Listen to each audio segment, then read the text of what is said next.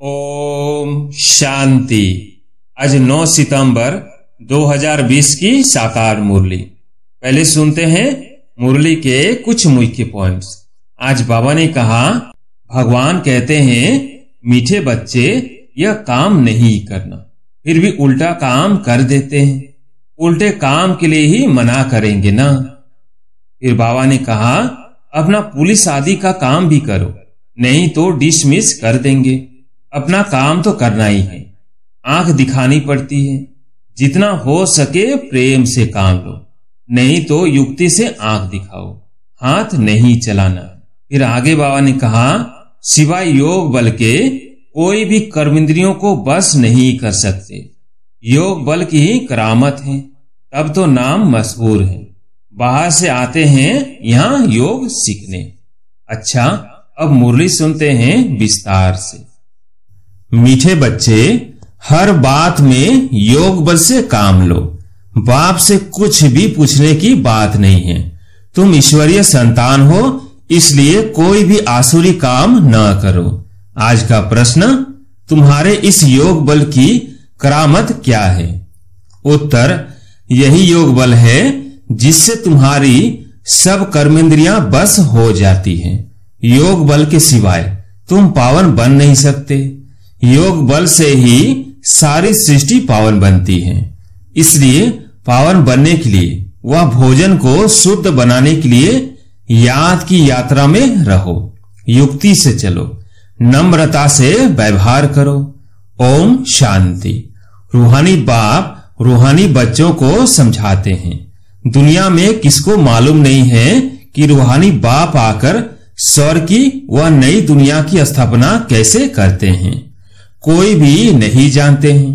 तुम बाप से कोई भी प्रकार की मांगनी नहीं कर सकते हो। बाप सब कुछ समझाते हैं, कुछ भी पूछने की दरकार नहीं रहती। सब कुछ आप ही समझाते रहते हैं। बाप कहते हैं, मुझे कल्प कल्प इस भारत खंड में आकर क्या करना है सो मैं जानता हूं। तुम नहीं जानते, रोज रोज समझाते रहते हैं। कोई भले एक अक्षर भी न पूछे तो भी सब कुछ समझाते रहते हैं। कभी पूछते हैं खान पान की तकलीफ होती है। अब यह तो समझ की बात है।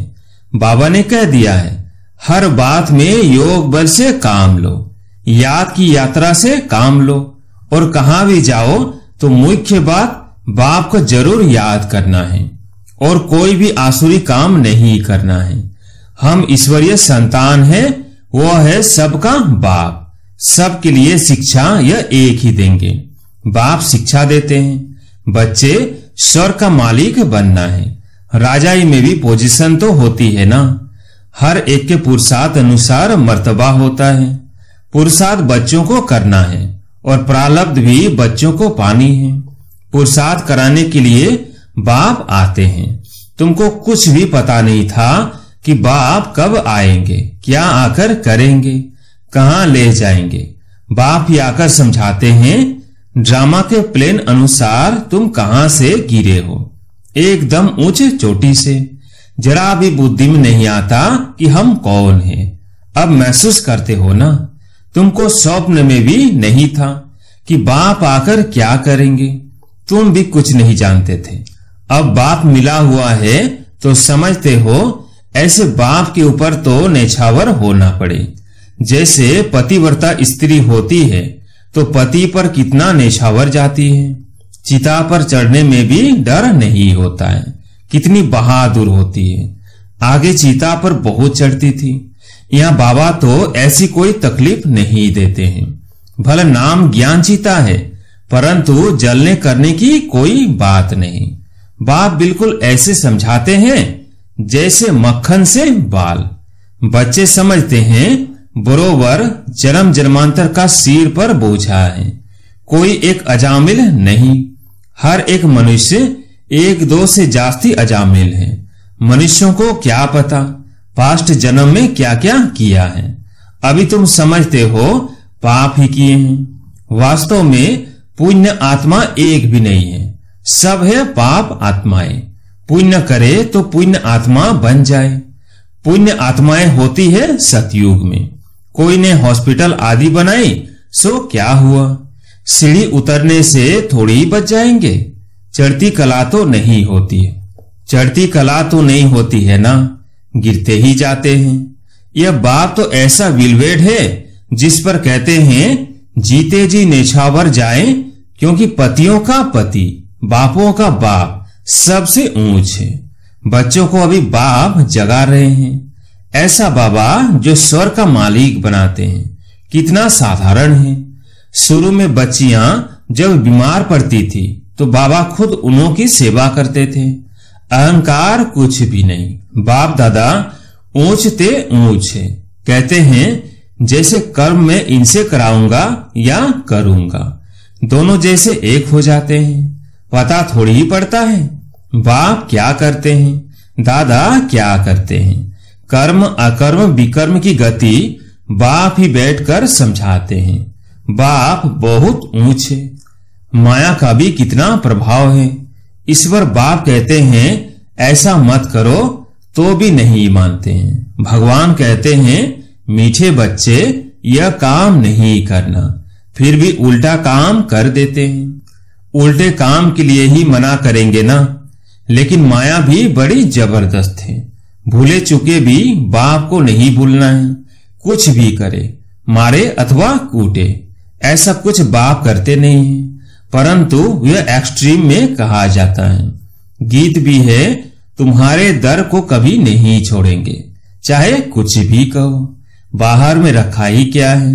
बुद्धि भी कहती है जाएंगे कहां। बाप बादशाही देते हैं फिर थोड़ी कभी मिलती है। ऐसे थोड़ी है दूसरे जन्म में कुछ मिल सकता है। नहीं, यह पारलौकिक बाप है जो बेहद सुख धाम का तुमको मालिक बनाते हैं। बच्चों को दैवी गुण भी धारण करने हैं, सो भी बाप राय देते हैं। अपना पुलिस आदि का काम भी करो, नहीं तो डिसमिस कर देंगे। अपना काम तो करना ही है। आंख दिखानी पड़ती है। जितना हो सके प्रेम से काम लो, नहीं तो युक्ति से आंख दिखाओ। हाथ नहीं चलाना है। बाबा के कितने ढेर बच्चे हैं। बाबा को भी बच्चों का होना अर्थात ख्याल रहता है ना। मूल बात है पवित्र रहना। जन्म जन्मांतर तुमने पुकारा है ना, हे पतित पावन आकर हमको पावन बनाओ। परंतु अर्थ कुछ भी नहीं समझते। बुलाते हैं तो जरूर पतित हैं, नहीं तो बुलाने की दरकार नहीं, पूजा की भी दरकार नहीं। बाप समझाते हैं तुम अबलाओं पर कितने अत्याचार होते हैं, सहन करना ही है। युक्तियां भी बतलाते रहते हैं। बहुत नम्रता से चलो, बोलो आप तो भगवान हो, फिर यह क्या मांगते हो। हथियाला बांधते समय कहते हैं मैं तुम्हारा पति ईश्वर गुरु सब कुछ हूं, अब मैं पवित्र रहना चाहती हूं। तो तुम रोकते क्यों हो। भगवान को तो पतित पावन कहा जाता है ना। आप ही पावन बनाने वाले बन जाओ। ऐसे प्यार से नम्रता से बात करनी चाहिए। क्रोध करे तो फूलों की वर्षा करो। मारते हैं फिर अफसोस भी करते हैं।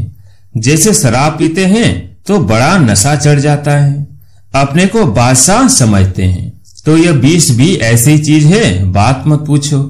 पछताते भी हैं, परंतु आदत पड़ी है तो टूटती नहीं है। एक दो बार विकार में गया, बस नशा चढ़ा, फिर गिरते रहेंगे। जैसे नशे की चीजें खुशी में लाती है, विकार भी ऐसे हैं। या फिर बड़ी मेहनत है। सिवाय योग बल के कोई भी कर्मेंद्रियों को बस नहीं कर सकते। योग बल की ही करामत है, तब तो नाम मशहूर है। बाहर से आते हैं यहाँ योग सीखने, शांति में बैठे रहेंगे, घर बार से दूर हो जाते हैं। वह तो है आधा कल्प के लिए आर्टिफिशियल शांति। किसको सच्ची शांति का मालूम ही नहीं। बाप कहते हैं बच्चे तुम्हारा स्वधर्म ही है शांत। इस शरीर से तुम कर्म करते हो। जब तक शरीर धारण न करे तब तक आत्मा शांत रहती है, फिर कहां न कहां जाकर प्रवेश करती है। या तो फिर कोई कोई सूक्ष्म शरीर से धक्के खाती रहती है। वो छाया के शरीर होते हैं, कोई दुख देने वाले होते हैं, कोई अच्छे होते हैं।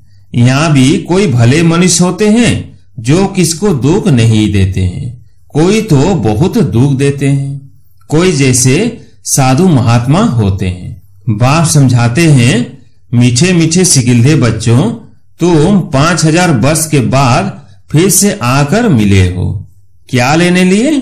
बाप ने बताया है तुमको क्या मिलने का है। बाबा आपसे क्या मिलना है, यह तो प्रश्न ही नहीं। आप तो हो ही हेवनली गॉड फादर, नई दुनिया के रचयिता, तो जरूर आपसे बादशाही मिलेगी। बाप कहते हैं थोड़ा भी कुछ समझ कर जाते हैं तो स्वर्ग में जरूर आ जाएंगे। हम स्वर्ग की स्थापना करने आए हैं। बड़े से बड़ा आसामी है भगवान और प्रजापिता ब्रह्मा। तुम जानते हो विष्णु कौन है और कोई को भी पता नहीं है। तुम तो कहेंगे हम इनके घराने के हैं। यह लक्ष्मी नारायण तो सतयुग में राज्य करते हैं। यह चक्र आदि वास्तव में विष्णु को थोड़े ही है। यह अलंकार हम ब्राह्मणों के हैं। अब यह नॉलेज है, सतयुग में थोड़ी ये समझाएंगे। ऐसी बातें बताने की कोई में ताकत नहीं है। तुम इस 84 के चक्र को जानते हो, इनका अर्थ कोई समझ न सके। बच्चों को बाप ने समझाया है, बच्चे समझ गए हैं। हमको तो यह अलंकार सौंपते नहीं। हम अभी शिक्षा पा रहे हैं, पुरुषार्थ कर रहे हैं, फिर ऐसे बन जाएंगे। स्वदर्शन चक्र फिराते फिराते हम देवता बन जाएंगे। स्वदर्शन चक्र अर्थात रचयिता और रचना के आदि मध्य अंत को जानना है।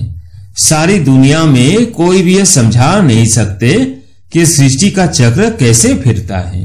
बाप कितना सहज कर समझाते हैं। इस चक्र की आयु इतनी बड़ी तो हो नहीं सकती। मनुष्य सृष्टि का ही समाचार सुनाया जाता है कि इतने मनुष्य हैं। ऐसे थोड़ी बताया जाता है कि कछुए कितने हैं, मछलियां आदि कितनी हैं। मनुष्यों की ही बात है। तुमसे भी प्रश्न पूछते हैं, बाप सब कुछ बतलाते रहते हैं, सिर्फ उस पर पूरा ध्यान देना है।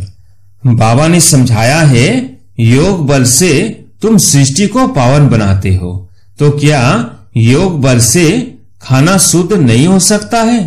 अच्छा, तुम तो ऐसे बने हो, फिर कोई को आप समान बनाते हो। अभी तुम बच्चे समझते हो कि बाप आया है स्वर्ग की बादशाही फिर से देने, तो इनको रिफ्यूज नहीं करना है। विश्व की बादशाही रिफ्यूज की तो खत्म, फिर रिफ्यूज अर्थात किचड़े के डिब्बे में जाकर पड़ेंगे। ये सारी दुनिया है किचड़ा, तो इनको रिफ्यूज ही कहेंगे। दुनिया का हाल देखो क्या है। तुम तो जानते हो हम विश्व के मालिक बनते हैं। यह किसको पता नहीं है कि सतयुग में एक ही राज्य था। मानेंगे नहीं। अपना घमंड रहता तो फिर जरा भी सुनते नहीं, कह देते ये सब आपकी कल्पना है। कल्पना से ही यह शरीर आदि बना हुआ है। अर्थ कुछ नहीं समझते, बस यह ईश्वर की कल्पना है। ईश्वर जो चाहे सो बनते हैं, उनका यह खेल है। ऐसी बातें करते हैं, बात मत पूछो। अभी तुम बच्चे जानते हो बाबा आया हुआ है।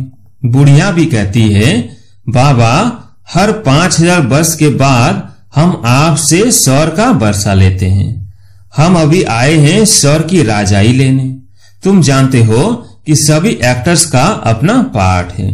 एक का पार्ट न मिले दूसरे से। तुम फिर इसी ही नाम रूप में आकर इसी समय बाप से वर्षा लेने का पुरुषार्थ करेंगे। कितनी अथाह कमाई है। भल बाबा कहते हैं थोड़ा भी सुना है तो स्वर्ग में आ जाएंगे, परंतु हर एक मनुष्य पुरुषार्थ तो उच्च बनने का ही करते हैं ना, तो पुरुषार्थ है फर्स्ट। अच्छा, मीठे मीठे सिकिलधे बच्चों प्रति माता पिता बाप दादा का याद प्यार और गुड मॉर्निंग। रूहानी बाप की रूहानी बच्चों को नमस्ते। हम रूहानी बच्चों की रूहानी बाप दादा को याद प्यार गुड मॉर्निंग नमस्ते नमस्ते। धारणा के लिए मुख्य सार। पहला, जैसे बाबा बच्चों की सेवा करते हैं, कोई अहंकार नहीं, ऐसे फॉलो करना है। बाप की सीमत पर चलकर विश्व की बादशाही लेनी है। रिफ्यूज नहीं करनी है। दूसरा पॉइंट, बापों का बाप, पतियों का पति जो सबसे ऊंच है, व्हील बेड है, उस पर जीते जी नेछावर जाना है, ज्ञान चिता पर बैठना है। कभी भूले चुके भी बाप को भूल उल्टा काम नहीं करना है। आज प्यारे मीठे बाबा का वरदान, मास्टर ज्ञान सागर बन ज्ञान की गहराई में जाने वाले अनुभव रूपी रत्नों से संपन्न भव। मास्टर ज्ञान सागर बन ज्ञान की गहराई में जाने वाले अनुभव रूपी रत्नों से संपन्न भव। जो बच्चे ज्ञान की गहराई में जाते हैं वे अनुभव रूपी रत्नों से संपन्न बनते हैं। एक है ज्ञान सुनना और सुनाना, दूसरा है अनुभवी मूर्त बनना। अनुभवी सदा अविनाशी और निर्विघ्न रहते हैं, उन्हें कोई भी हिला नहीं सकता। अनुभवी के आगे माया की कोई भी कोशिश सफल नहीं होती। अनुभवी कभी धोखा नहीं खा सकते, इसलिए अनुभवों को बढ़ाते हुए हर गुण के अनुभवी मूर्त बनो। मनन शक्ति द्वारा शुद्ध संकल्पों का स्टॉक जमा करो। आज का स्लोगन, फरिश्ता वह है जो देह के सूक्ष्म अभिमान के संबंध से